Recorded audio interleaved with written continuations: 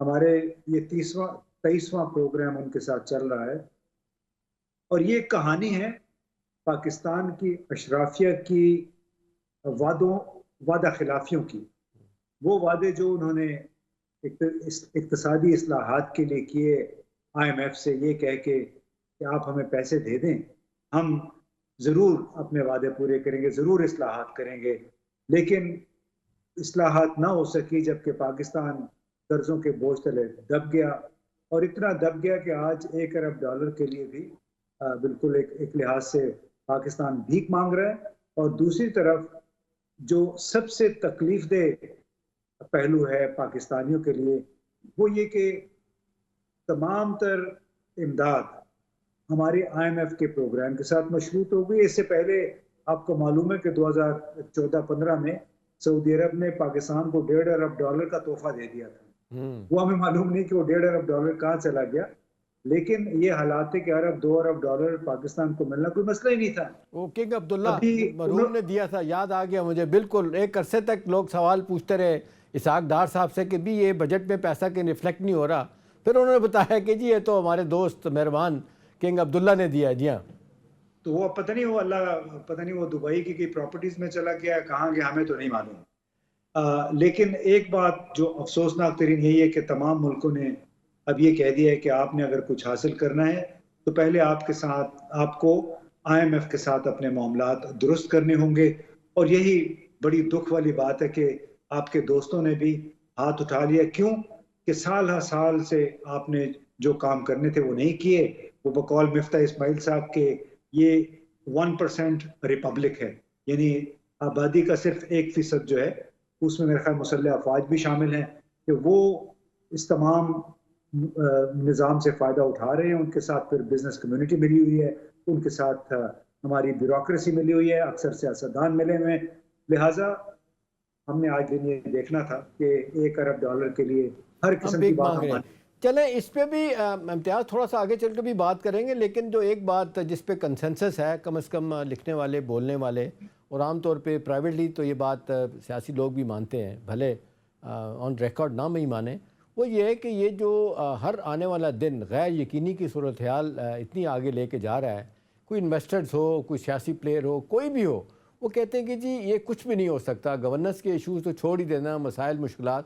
پہلی تو بات یہ ہے کہ لوگوں کو نہیں سمجھ آ رہی کہ جی یہ اب دیکھیں IMF بھی ہو، دوسرے ادارے بھی ہوں، سب لوگ دیکھ رہے ہیں کہ بھی یہاں پہ کوئی مستحکم 5 سال کی حکومت ہوگی نہیں ہوگی. ابھی آپ دیکھ لیں عرصے سے نہیں پتہ چل رہا یہ حکومت الیکشن کو آگے لے جائے گی، کیئر ٹیکر سیٹ اپ بنے گا، اس کو اسٹریچ کیا جائے گا 1 سال تک کے لیے. الیکشن ہوتے نظر نہیں آ رہے، اور پھر یہ کہ غیر یقینی کی صورتحال جو ٹھیک ہونے کا نام ہی نہیں لے رہی. تو آپ اس کو کس کو الزام دیں گے؟ کون ہے آپ کے خیال میں؟ سارے ہی انکلوڈنگ عمران خان صاحب اس کے ذمہ دار ہیں، یا کیا آپ کے خیال میں کہ اور ادارے بھی اس میں اسی طرح آپ کو ذمہ داری ان کو بھی لینی چاہیے؟ کیا دیکھتے ہیں؟ ایک مثال میں آپ کو دوں جی، کہ ابھی چند دن پہلے ہی ہونڈا ایٹلس کمپنی ہے جو یہاں پہ ہونڈا گاڑیاں بناتی ہے، بیچتی ہے، اس کے موجودہ مالی سال وہ بتا رہے ہیں پچھلے 9 مہینے کے دوران انہوں نے 81 کروڑ روپے کا منافع کمایا. 81 کروڑ روپے، یہ باقاعدہ بزنس ریکارڈر وغیرہ میں اور یہ پچھلے خبر دنوں چھپی امتیاز ہوئی ہے. 1 گو میں ہفتہ پہلے 5.5 لاکھ اپنی گاڑی کی قیمت جو ہے نا انہوں نے بڑھا دی ہے ہونڈا سیوک کی. نہیں، میں جی، وہی انڈر لائن کرنا چاہتا ہوں کہ جس ملک میں یہ حال ہو کہ 1992 میں یہاں پہ آٹو موبائل انڈسٹری آئی، سوزوکی کے ساتھ شروع ہوا، انہوں نے یہاں پہ ٹرانسفر آف ٹیکنالوجی 100% کرنے کی بجائے ہر سال وہ 5-10 کروڑ کا جرمانہ دے دیتے ہیں، اور ابھی بھی جو انجن اور ٹرانسمیشن سسٹم جو ہے اس کا جو کہ گاڑی کی قیمت کا کم از کم 70% ہوتا ہے، وہ ابھی بھی باہر سے منگواتے ہیں. اس کا مطلب یہ ہوتا ہے کہ ہر مرتبہ وہ اسٹیٹ بینک سے یعنی پاکستان سے ڈالر لے کے LC کھلواتے ہیں، اپنی اشیاء منگواتے ہیں. لیکن آپ دیکھیں کہ اس تمام تر بدحالی کے باوجود ہونڈا ایٹلس کا صرف 9 مہینے کا منافع، یہ منافع ہے ٹیکس کی ادائیگی کے بعد کا، کہ 810 ملین انہیں منافع ہوا. لیکن پاکستان کی انڈسٹری کہاں پہ ہے، پاکستان کی معیشت کہاں پہ ہے؟ اور یہ کیوں ہے کہ چاہے وہ فوجی حکومت تھی، چاہے وہ سویلین حکومت تھی، اور چاہے یہ ہماری افسرشاہی ہے جو وزارت انڈسٹریز اور پیداوار ہے، ہمارا FBR ہے، یہ سب ملا کے انہوں نے وہ ویور دے دیتے ہیں کہ آپ 5-10 کروڑ کا جرمانہ دے دیں کیونکہ آپ نے ڈیلیشن کی خواہش وہ شرط پوری نہیں کی، لہٰذا آپ جتنا مرضی پیسے کماتے رہیں. اور ہر کمپنی نے یہی کیا کہ ہر مہینے 2 مہینے کے بعد اپنی مرضی سے قیمتیں بڑھا دیتے ہیں کیونکہ جی ڈالر کی قیمت، بھائی ڈالر کی قیمت کا تو آپ کے ساتھ کوئی تعلق ہی نہیں ہے. آپ نے تو یہ وعدہ کیا ہوا تھا کہ ہم مکمل ٹرانسفر ٹیکنالوجی کریں گے تاکہ ہم مکمل طور پہ یہ را مٹیریل امپورٹ کرنے سے بالکل آزاد ہو جائیں. اور لیکن اس انہوں میں نے یہ آپ نے بڑا اہم نقطہ اٹھایا ہے، اگرچہ ہم ڈسکشن ادھر لے کے جا رہے تھے لیکن یہ بھی کیونکہ ہم دیکھ رہے ہیں روزمرہ زندگی میں بھی ہمارے لیے مشکلات پیدا کر رہا ہے ایشو گاڑیوں کا بھی. ابھی مجھے یاد آ رہا ہے امتیاز کے ایک نام میں بھول رہا ہوں ان کا، کوئی چائنیز اکانومسٹ ہیں، ان کی ایک کلپ بڑا وائرل ہوا تھا تھوڑا سے پہلے بھی دوبارہ سے آیا تھا، جس میں وہ کہہ رہے تھے کہ پاکستان کی مشکلات میں سب سے زیادہ اور ایکسٹرنل فرنٹ پہ انفلوز کے حوالے سے جس نے مسئلہ پیدا کیا وہ جاپان ہے. انہوں نے کہا جاپان کی گاڑیاں پاکستان میں جو بنتی ہیں بھر سے آتی ہیں، ان کا ڈیلیشن پروگرام نہیں ہوتا جس کا آپ ذکر کر رہے ہیں. وہ کہتے ہیں کہ انہوں نے پاکستان کو آج تک کبھی بھی کوئی گاڑی بنا کے دی نہیں کہ اپنا سامان پہ اپنے طور پہ ٹیکنالوجی ٹرانسفر کریں اور یہ بنا سکیں. نتیجتاً پاکستان اربوں ڈالر ہر سال جو ہے نا وہ جاپان کو دے رہا ہے. چلیں امتیاز، یہ تو اب رونا ہے، اس کا کچھ نہیں کر سکتے. میں آپ سے پوچھنا یہ چاہ رہا تھا کہ ہمارے اب یہ سیاسی طور پہ جس طرح لڑائی آگے چلے گی ہے، APC 7 کو ہونی تھی اب 9 کو ہونے جا رہی ہے. عمران خان صاحب کو دعوت نہیں دی گئی، اور دی گئی ہے تو وہ آج اسد کیسٹ کہہ رہے تھے کہ وہ بات ہے چلتے ہوئے بات کی، باقاعدہ دعوت دینی چاہیے. لوگ کہہ رہے ہیں کہ اس وقت ری امیجننگ پاکستان کی بات کر رہے ہیں، متحد ہونے کی بات کر رہے ہیں. آپ نے دیکھا کہ جو 2014 میں ہوا تھا APC کا واقعہ، آرمی پبلک سکول کا، اس کے بعد سے صورتحال بدل گئی تھی. ایک بڑا سٹرونگ میسیج دہشت گردوں کو بھی گیا، اقتصادی حوالے سے بھی چیزیں کچھ ٹھیک ہونے کی طرف آئیں. ابھی قوم بکھری ہوئی ہے، دشمن سیکورٹی کے محاذ پہ بھی فائدہ اٹھا رہا ہے، اقتصادی فرنٹ پہ نقصان ہو رہا ہے، سیاسی فرنٹ پہ مسلسل نقصان ہو رہا ہے. جتنے سیاسی پلیئر ہیں، خاص طور پہ معذرت کے ساتھ جو اس وقت حکومت میں لوگ بیٹھے ہیں، وہ بالکل جس کو کہتے ہیں وہ ریئلائزیشن کا نام ہی نہیں ہے، سوائے 1 پوائنٹ اڈا ہے کہ عمران کو کیسے فکس کرنا ہے. چلیں آپ فکس کریں، پروسیس میں کوئی کم از کم چیزیں تو ٹھیک کریں. کوئی بھی چیز نہیں ٹھیک ہو رہی. تو میرا سوال آپ سے ہے کہ آپ کو کیا لگتا ہے کہ یہاں پہ کوئی کس طرح کی کوئی انٹرونشن کون کرے گا؟ فوج کہتی ہے اے پولیٹیکل ہو گئے ہیں، کچھ لوگ کہتے ہیں نہیں وہ پرانا ہے، سارا سلسلہ پرانا ہی چل رہا ہے، کنٹینیوشن ہے باجوہ صاحب کی. آپ کو لگتا ہے کہیں نہ کہیں کسی کو رول پلے کرنا پڑے گا؟ یہ جو ہماری جس کو کہتے ہیں اردو میں ترقی معکوس، نیچے ہم جا رہے ہیں اس کو ریورس کرنے کے لیے. دیکھیں جو موجودہ قیادت ہے مجھے تو اس سے کچھ نظر نہیں آ رہا. آپ رانا ثناء اللہ کی تقریر دیکھ لیں، کل انہوں نے کی مریم نواز کے شانہ بشانہ کھڑے تھے. پھر مریم نواز کی جو تقریر تھی وہ آج پریس کانفرنس میں بھی کر رہی تھی، وہ بار بار کہہ رہی کہ عمران خان فتنہ ہے فساد ہے، عمران خان فتنہ ہے فساد ہے. پھر آپ اس فتنہ فساد کو اپنی آل پارٹیز کانفرنس میں بھی بلانا چاہتے ہیں. تو وہ تو فتنہ فساد اگر آ گیا تو اس نے تو وہاں بھی پھر فتنہ پھیلا دینا ہے. فتنے سے آپ دور ہی رہیں تو بہتر ہے. لیکن ان کے گلے میں یہ مچھلی کا کانٹا اس طرح پھنسا ہوا ہے کہ IMF نے بار بار جب سے مذاکرات چل رہے ہیں اسلام آباد میں یہ کہا ہے کہ آپ کو ایک تمام سیاسی جماعتوں کا اتفاق رائے حاصل کرنا پڑے گا ہمارے ساتھ یہ معاہدہ دستخط کرنے سے پہلے. تو انہوں نے پشاور پولیس لائنز کا واقعے کو استعمال کرتے ہوئے سیکیورٹی کے نام پہ یہ آل پارٹیز کانفرنس بلا لی ہے، اور اس میں ان کی کوشش یہ ہوگی کہ IMF کے ساتھ جو پروگرام ہے اس پہ بھی بات کریں اور پھر ان کو بتائیں کہ جی ہم نے تو سیاسی اتفاق رائے حاصل کر لیا ہے. حالانکہ یہ جب واقعہ ہوا 30 جنوری کو تو اس سے اگلے دن وزیر اعظم نواز شریف صاحب نے، رانا ثناء اللہ نے اور خواجہ آصف صاحب نے جو لب و لہجہ اختیار کیا خیبر پختونخوا کی پولیس کے حوالے سے اور ٹیررسٹوں کے حوالے سے، ان دہشت گردوں کے حوالے سے جن کو افغانستان سے واپس آنے کی اجازت دی گئی تھی، وہ ایسا لگ رہا تھا کہ جیسے یہ کسی اپنے دشمن ملک کی پولیس کے بارے میں بات کر رہے ہیں. یعنی اتنے کوتاہ اندیش ہمارے یہ لیڈر ہیں کہ ان کو احساس نہیں ہوا کہ وہ جو بیچارے خود ہمارا کزن، میرا چچا زاد بھائی تھا، انسپیکٹر ابھی DSP پروموٹ ہونے والا تھا، وہ بھی اس حادثے میں شہید ہوا. ان کو یہ احساس نہیں تھا کہ اس شہر سے اس دن 102 جنازے اٹھ رہے تھے اور بھی سیاست ہو رہی تھی. یہ بڑا اہم نقطہ ہے امتیاز گل آپ کا، اس پہ ہم بات کریں گے. ناظرین چھوٹا سا وقفہ کے بعد اسی ایشو پہ بات کریں گے، ہمارے ساتھ رہیے گا.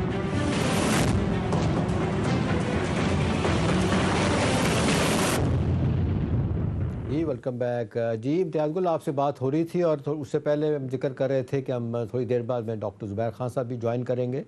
آپ جانتے ہیں کہ ریناؤنڈ اکانومسٹ ہیں, world bank I M F میں کام کیا ہوا ہے, اپنا ایک تھنک ٹینک بھی چلاتے ہیں جس طرح آپ سیکورٹی کا ادارہ چلا رہے ہیں. ابھی دیکھیں ڈاکٹر صاحب جس انداز سے ویلکم کرتا ہوں اپنے شو میں آپ کو, اب بات امتیاز سے یہی بات ہو رہی تھی, وہ بھی یہی بات کر رہے تھے جس طرح ہر آدمی بات کر رہا ہے. آج 80-90% اخبارات ٹیلی ویژن جو ہے نا وہ گلو کیے ہوئے ہیں آئی ایم ایف کے ایشوز کے اوپر ہی.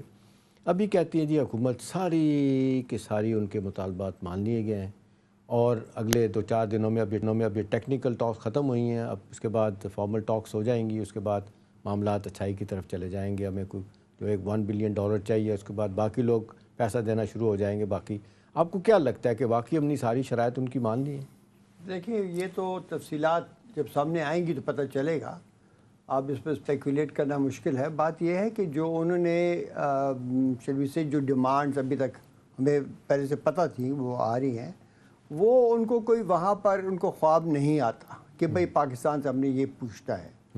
وہ پاکستان کی جو اکنامک سچویشن ہے اس کو سامنے رکھ کر اور اس حکومت کی پالیسیز کو سامنے رکھ کر وہ بتاتے ہیں کہ ایڈجسٹمنٹ اس طریقے سے کرنی ہے.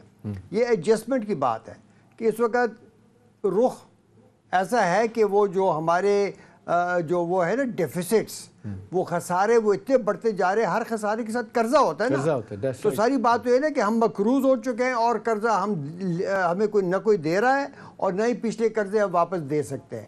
تو ہم نے اس سچویشن سے نکلنا ہے. اس کو ہم کہتے ہیں ایڈجسٹمنٹ, میکرو اکنامک ایڈجسٹمنٹ. اور ساتھ ہی ہماری انفلیشن ہے, اور اسی وہ جو ہے نا ہمارے جو خسارے ہیں اس میں $1 کا خسارہ ہے, سمجھ گئے نا. بالکل. تو یہ جو ہے یہ سب کی بنیاد جو ہے وہ ہمارے مرکزی حکومت کی جو بجٹ کا خسارہ ہے وہ اس کی بنیاد ہے. اب یہاں پر یہ لوگ ایک الیکشن موڈ میں ہیں اور ان کا تو یہ تلے ہوئے ہیں کہ کسی حالت میں ہم نے اپنے جو مخالف ہے پی ٹی آئی ہے اس کو ہروانا ہی ہے. اور یہاں پر سیاست چلتی ہے سارے پیسوں کی, کہ اور ایک تو میں کہوں گا کہ کچھ ممبران کے جیبی بھرنے اور کچھ ایسے بیچارے وہ ہیں ہمارے ووٹرز, ان کی کوئی مشکلات ہوگی وہ دور کرنے کے لیے. تو یہ جو اخراجات ہو رہے ہیں اسی کے بنا پر آئی ایم ایف نے کچھ شرائط رکھی ہیں ان کے سامنے کہ بھئی یہ ایڈجسٹ کریں, یہ کریں. اب دیکھیں نا, اب فیول میں بھی ہے اور اسی طرح الیکٹریسٹی پرائسز میں بھی ہے. ابھی الیکٹریسٹی پرائسز کا اور میں آپ کو ذرا ایک تھوڑی سی مثال دوں. دیکھیں یہاں پر پاور سیکٹر میں ہمارے کوئی 22% لائن لاسز اور انیفیشنسیز ہیں. ان کو کم کرنے کے بجائے جو ایک حکومت کا کام ہوتا ہے تھرو بیٹر گورننس اور امپرومنٹ, یہ کیا کر رہے ہیں کہ جو بھی اس کا جو سرکولر ڈیٹ کا اثر ہے وہ عوام پر ڈال رہے ہیں. اور دوسرا یہ کہ پاکستان جو ہے نا یہ صرف قرضوں کی وجہ سے ہم نہیں پھنسے ہوئے, ہم آئی پی پیز کی جو ایگریمنٹس ہیں اس کی وجہ سے پھنسے ہوئے. میں آپ کو بتا دوں اگر ہمیں قرضے مل بھی جائیں اور ہم کو تھوڑا بہت جو فسکل سچویشن کچھ امپروو ہو بھی جائے, یہ صرف بجلی کی مد میں ہی پاکستان, میں کہتا ہوں جب تک آئی پی پیز کے ساتھ ری نیگوشیٹ ہم نے نہیں کیا پاکستان, میں کہتا ہوں پچھلی حکومت نے پی ٹی آئی نے کرنے کی کوشش کی تھی کہ جی $800 سالانہ بچے گا, وہ مانا ہی نہیں انہوں نے, صرف ایم او یو کی حد تک رہا میرا خیال ہے معاملہ, ایگریمنٹ نہیں ہوا ہے. وہ جو کیا بھی تھا نا وہ بالکل میں کہوں گا کمزور تھا, اس لیے کہ اس کمیٹی کے جو ہیڈ تھے وہ خود آئی پی پی کے اونر تھے. دیکھیں نا یہ بات یہاں پر تو کانفلکٹ آف انٹرسٹ رہا. اچھا ڈاکٹر صاحب ایک چیز بتائیے گا, یہ تو روزانہ کی بنیاد پہ ہم سنتے ہیں کہ جی سرکولر ڈیٹ ہے, وہ کہتے ہیں جی دونا گیس کا بھی اور بجلی کا, وہ کہتے ہیں اوور $4 ٹریلین کا ہو چکا ہے, اس کو کم کریں, ریفارم کریں. پھر 300 ارب کی ٹیکسز کی بات ہو رہی ہے, وہ کہہ رہے ہیں جی جی ایس ٹی جو ہے نا وہ 17 سے 18% کریں. اس طرح سے اور ان کی بہت ساری شرائط ہیں, وہ کہہ رہے ہیں جی آپ کو کرنی پڑیں گی. جب سے یہ خبریں چلنا شروع ہوئی ہیں لوگوں نے کہنا شروع کر دیا ہے کہ جی اس طرح پرائم منسٹر اٹھتے بیٹھتے کہتے ہیں کہ جی شکنجہ کس دیا ہے, بالکل جس کو کہتے ہیں ہمیں ہلنے نہیں دے رہے. ایک خبر آئی تھی اخبار میں, شاید آپ کی نظر سے بھی گزرے, آئی ایم کہ کسی صاحب کی خبر کسی حوالے سے آئی تھی. انہوں نے کہا جی ہم نے تو کوئی شرطیں نہیں رکھی, ہم نے صرف ایک بات کی ہے کہ بھئی آپ نے جو 2022-23 کا ڈاکٹر صاحب وہ کہتے ہیں بجٹ بنایا ہے, آپ اس کو اچیو کریں نا. آپ نے 4.7% کا بجٹ کا خسارہ رکھا ہے, اس تو وقت 8% ہے. ہاں نا, وہ کہتے ہیں یہ کوئی شرط ہے, آپ نے جو بجٹ ڈاکومنٹ اپنے خود بنائے ہیں اس پہ عمل کریں, ہمیں کیوں کہتے شرائط پوری کریں. میں یہی کہہ رہا ہوں نا کہ وہ تو ان کے جو کرتوت ہیں ان کو دیکھ کر وہ بات کر رہے ہیں. لیکن میں بتاؤں, دیکھیں اس میں سارا قصور ہماری حکومتوں کا نہیں ہے. یہاں پر آئی ایم ایف کی بھی ایک جو پالیسی ہے نا وہ پاکستان کو لے ڈوب رہی ہے. ایک تو دیکھیں نا آئی پی پیز کے ساتھ جو ہمارا مسئلہ ہے وہ تو ان کا قصور نہیں ہے. میں بات کر رہا ہوں انٹرسٹ ریٹ پالیسی کی. اب انہوں نے کہا ہے کہ انٹرسٹ ریٹ کو بڑھاؤ, وہ اسٹیٹ بینک نے بڑھا دیا 1% اور 17 سے 18% کی بات ہو رہی ہے. دیکھیں نا, اب جو بڑھا دیا ہے اس کی وجہ سے جو بجٹ کے اوپر اس کا جو بوجھ آ رہا ہے وہ اس وقت ہمارا جو صرف انٹرسٹ کی مد میں جو ہماری پیمنٹ ہوگی وہ 5.2 ٹریلین 5200 ارب روپے بجٹ میں سے صرف سود میں جائے گا کمرشل بینکوں کو, پاکستانی کمرشل بینکوں کو. کیوں, کس لیے, یہ بتائیں نا کہ اس سے ہم کیا اچیو کر رہے ہیں, کون سی اکنامک ٹارگٹ ہے. اگر انفلیشن کی بات ہو رہی ہے, اتنے ہڈن چارجز ہیں, اتنا پروفٹ ہے ان کا. نہیں جناب, میں بتا رہا ہوں کہ یہ سب سے بڑا سکینڈل ہے پاکستان کا. اس کے اوپر تو میرے 2-3 سال پہلے سپریم کورٹ میں میری پٹیشن بھی دائر ہے کہ یہ جو ہے یہ ہمارے مانیٹری پالیسی کا افیکٹو انسٹرومنٹ نہیں ہے. اگر میں غلط ہوتا تو آج ہماری انفلیشن انڈر کنٹرول ہوتی. دنیا میں اتنا ہائی انٹرسٹ ریٹ کہیں پر نہیں ہے. اب دیکھیں نا, اسی انٹرسٹ ریٹ کو ایک طرف بڑھایا اور کہا کہ اس کے لیے پیسے پورے کرنے کے لیے اب جی ایس ٹی اور بڑھاؤ. تو یہ میں کہتا ہوں کہ یہ آئی ایم ایف کی جو پرسکرپشن ہے یہ اس میں ڈبل یہ ہماری زہر بنی ہوئی ہے. جی امتیاز گل کو بھی شامل کرتے ہیں. امتیاز, یہ بتائیے گا, یہ جو بھی ڈاکٹر صاحب بات کر رہے ہیں کہ الیکشن موڈ میں جا رہے ہیں کہ نہیں جا رہے, اس پہ بات کر رہے ہیں. ابھی جیل بھرو تحریک پی ٹی آئی شروع کرنے جا رہی ہے, ادھر سے وہ لگے ہوئے ہیں. رانا ثناء اللہ کہتے ہیں کہ میں تمہیں سبق سکھاؤں گا, تو موت ہے صحیح جیل میں. مریم کہتی ہیں ابھی 2 دن ہوئے, تمہاری انگلی میں خراش نہیں ہے, تم نے رونا شروع کر دیا ہے. تو میرا سوال آپ سے ہے کہ یہ کس طرح کی سیاست ہو رہی ہے. چلیں اب 10 مہینے کے بعد آپ مان لیے 3.5 سال اگر آپ کہتے ہیں بیڑا غرق عمران نے کیا, گورننس اس نے خراب کی, ہر چیز کی, اب ٹھیک کرنے کی بجائے ابھی بھی وہی سلسلہ ہو رہا ہے. تو آپ کو لگتا ہے کہ جیل برو تحریک سے عمران خان صاحب اپنے کو مقاصد حاصل کر پائیں گے, یا آپ کو لگتا ہے کہ شاید پی ڈی ایم کے پاس اب کچھ نہیں رہا کہ معاملے کو طول دیا جائے, الیکشن کو اور لیٹ کیا جائے کسی نہ کسی بہانے سے؟ ظاہر عمران خان نے ایک اور اپنے طرف سے ترک کا پتہ کھیلا کہ جی ہم جیل بھرو تحریک ہے, ان کا شوق پورا کر لیتے ہیں کہ یہ ہمیں جیلوں میں ڈالنا چاہتے ہیں. لیکن میرا اپنا یہ خیال ہے کہ وہ اس کو ظاہر ایک پریشر ٹیکٹک کے طور پہ استعمال کرنا چاہتے ہیں. جس طرح آل پارٹیز کانفرنس کی ابھی ہم نے بات کی کہ بالواسطہ طور پہ آئی ایم ایف کی طرف سے بھی یہ اشارہ آیا ہے کہ تمام سیاسی جماعتوں کا اتفاق رائے ہونا چاہیے آئی ایم ایف کے پروگرام پہ. لیکن جو ڈاکٹر صاحب نے بات کی, آئی تھنک اس کو ہمیں تھوڑا سا آگے بڑھانا چاہیے کہ جو آئی ایم ایف کا ہمیں جو نسخے مل رہے ہیں کہ جو 18% تک آپ جنرل سیلز ٹیکس بڑھا دیں, آپ شرح سود بڑھا دیں, وہ کرتے کرتے یہ واقعی براہ راست ہٹ مین کا کردار ادا کر رہے ہیں آئی ایم ایف والے. یعنی جو نسخے یہ تجویز کر رہے ہیں پاکستان جیسی معیشت کے لیے کہ جہاں پہ ہماری اسٹاک ایکسچینج کی مالیت 2017 میں کوئی $100 ارب کے برابر تھی, آج وہ مشکل سے میرے خیال 40-35 ارب کے برابر رہ گئی ہے. جہاں پہ اوسط اجرتیں 25-30 ہزار روپے, کم از کم اجرت ابھی بھی 25 ہزار روپے نہیں ہے. تو کیا ڈاکٹر صاحب میں آپ سے یہ پوچھنا چاہوں گا, آپ اس پہ کوئی روشنی ڈالیں کہ آئی ایم ایف والوں کو, ورلڈ بینک والوں کو اس چیز کا احساس نہیں ہے کہ پاکستان کا عام آدمی کو آپ اور کتنا نچوڑیں گے, کتنا ان سے ٹیکس وصول کریں گے, بل واسطہ ٹیکس, اور کب تک یہ برداشت کرتے رہیں گے اس ایف بی آر کو جو کہ صرف 15% ود ہولڈنگ ٹیکس وصول کرنے کے لیے, ڈائریکٹ ٹیکس وصول کرنے کے لیے بیٹھا ہوا ہے. 21,000 لوگ وہاں پہ ملازم ہیں. آخر یہ کس دوا, کس بیماری کا علاج ہے؟ جواب لے لیتے ہیں ڈاکٹر صاحب سے. جی ڈاکٹر صاحب. جناب دیکھیے امتیاز, بات یہ ہے یہ اس وقت ایک ہٹ مین نہیں ہے, یہ تو ڈیمولیشن ٹیم ہے.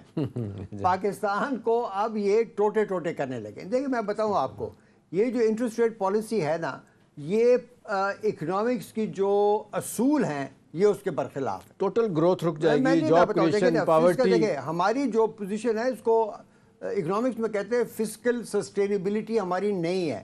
یہ جو ہمارا وہ ہے اس کو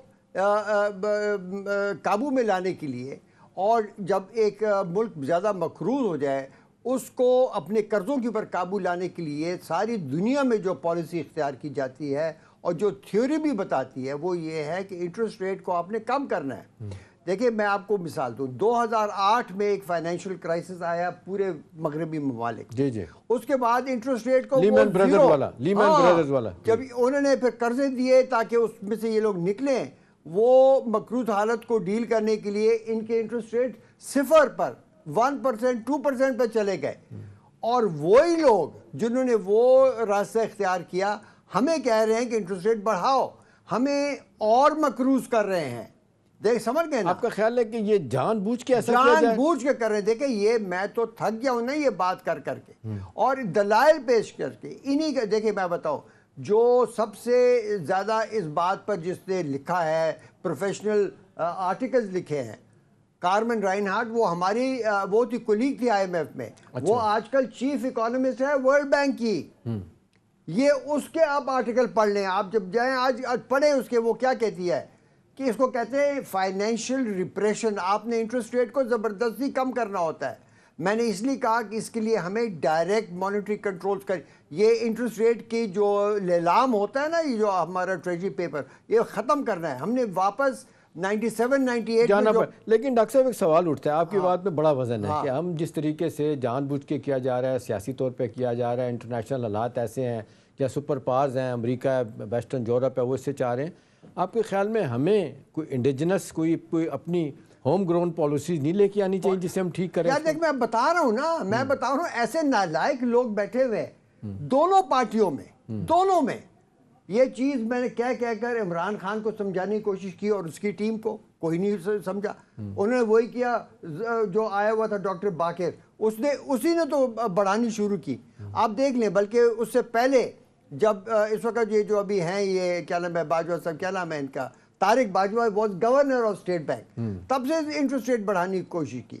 مجھے انہوں نے انوائٹ کیا، monetary and fiscal policy coordination committee ہوتی تھی ایک، اس میں میں نے ایکسپلین بھی کیا سارا ود دلائل ود اسٹیٹسٹکس. لیکن نہیں، یہ اڑا ہوا تھا. یہ دیکھیں نا، ان کو اگر ذرا بھی اکنامکس آتی تو یہ راستہ نہ اختیار کرتے. پھر بعد میں حفیظ شیخ آئے اور وہاں پر ڈاکٹر باقر، اس نے بھی یہی کیا. اور اب اس کے بعد سے وہی مسلسل ایک یہ پالیسی چلتی آ رہی ہے. جو نیا گورنر ہے وہ بھی اسی لکیر کے فقیر. سمجھ گئے نا؟ تو یہ ہمارے اپنا قصور ہے. جس طریقے سے میں ایکسپلین کر رہا ہوں، کیا انہوں نے یہ سٹینڈ لیا؟ نہیں لیا. یہ ایشو اخبار میں بھی نہیں آیا. انہوں نے یہ IMF سے بحث ہی نہیں کی اس پر. یہ ان سے پہلے اپنے انٹرسٹ ریٹ بڑھا لیتے. ایک تو یہاں پر یہ بھی یاد رکھیں کہ بینکنگ سیکٹر کے جو بڑے بڑے ہیں ان سب کے ان کے ساتھ جوڑ یہ ہے، یہ ملی بھگت ہے.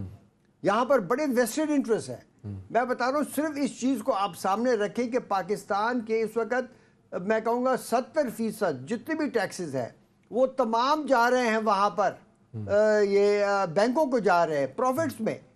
اب یہ بتائیں کہ 5 ٹریلین اتنا تو ہمارے ڈیفینس کا بجٹ سے بھی ڈبل ہو گیا جائے گا. پھر صورتحال کدھر جائے گی؟ جی اپنا امتیاز اس پہ ایک اور جس انداز سے ڈاکٹر صاحب نے نقطہ اٹھایا ہے کہ اب یہ جان بوجھ کے کیا جا رہا ہے، ہمیں خود سمجھ نہیں آ رہی. ابھی لوگ بہت سارے سوال کرتے ہیں. یہ جو کہا جاتا ہے کہ جی PTI کی حکومت ختم کی اور رجیم چینج امریکہ نے کرایا، یہ کرایا، وہ کرایا. بعد میں خبریں آئیں کہ جی یہاں تک کہ ایک صاحب نے یہ خبر دی کہ جی ویسٹرن سورسز سے اپنا اور امریکن سورسز سے کہ جی وہ کہہ رہے ہیں کہ PTI کی حکومت آئی تو کسی صورت پہ میں کوآپریشن آپ کے ساتھ نہیں ہوگا. میرا سوال امتیاز آپ سے یہ ہے کہ جب اپنا کیا کہتے ہیں امریکہ کے ساتھ تعلقات پچھلی حکومت یعنی نواز صاحب کی حکومت ٹھیک تھی اس وقت تو حالات اچھے تھے ان کے ساتھ، تو 12 ویور دیے تھے IMF نے کہ جی انرجی سیکٹر میں آپ نے یہ نہیں کیا، ریونیو آپ نے نہیں کم کیا جو کرنا تھا، آپ نے پرائیویٹائزیشن نہیں کی، ہر دفعہ وہ مل جاتا. اب یہ امریکہ کی مرضی کی حکومت اگر دیکھا جائے اگر آ گئی ہے تو میرا سوال آپ سے ہے کہ کیا وجہ ہے کہ 10-11 مہینے ہو گئے ہیں امریکن اگر PTI سے ناخوش تھے، عمران خان سے ناخوش تھے، کیا ان سے بھی ناخوش ہیں؟ کیوں نہیں کہا جا رہا؟ تو ہمیشہ کہا جاتا ہے کہ جی IMF کو پروگرام اسٹیٹ ڈپارٹمنٹ کا پروگرام ہوتا ہے. اب وہ نہیں کہہ رہے، صرف باتیں کر رہے ہیں. احتشام آپ مجھے یہ بتائیے کہ گزشتہ 10 مہینوں کے دوران عمران خان کے خلاف 60 مقدمے بنے، 7 FIR ہیں، ارشد شریف، چندانہ گلزار، شیخ رشید، اعظم سواتی، ڈاکٹر شہباز گل، امریکہ کی طرف سے کیا کوئی اس کی مذمت آئی ہے؟ کیا یورپی یونین کی طرف سے باقاعدہ کوئی مذمت آئی ہے؟ آپ اس سے اندازہ لگا لیں کہ کتنی امریکہ کو خوشی ہوگی کہ یہ حکومت آئی ہے۔ لیکن آپ یہ بھی ذہن میں رکھیں کہ دیکھیں نا، اس 2023 میں ہمارے سابقہ وزیروں کو ہتھکڑیاں لگی، یعنی اب کتنے ظلم کی انتہا ہے۔ اس کے اوپر کیا کوئی بولا ہے سوائے human rights commission of Pakistan کو بھی ابھی خیال آیا ہے کہ آپ اس طرح تذلیل نہ کریں؟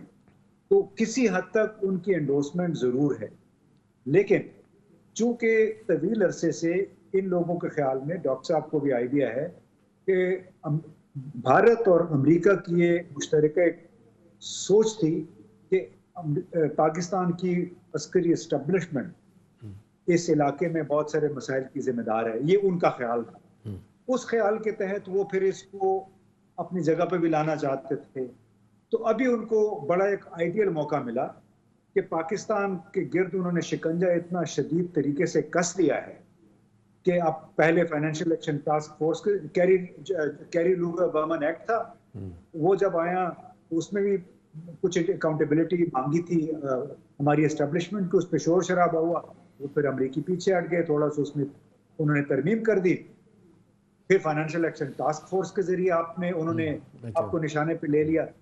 ابھی فائنینشیل ایکشن ٹاسک فورس بھی جڑ گئی ہے انٹرنیشنل مانیٹری فنڈ کے ساتھ، اور جتنا اگر آپ بڑا ڈیزائن دیکھیں، بڑا منصوبہ، تو یہ لگتا ہے کہ چونکہ آپ کو تو پتہ ہی ہوگا کہ یہ بھی کہا جا رہا ہے کہ گریڈ 17 اور اس سے بڑے تمام سرکاری افسران، چاہے وہ فوج کے ہیں چاہے سویلین ہیں، ان کے اثاثے بھی آپ ڈکلیئر کریں، ان کے اہل خانہ کے بھی اثاثے آپ ڈکلیئر کریں۔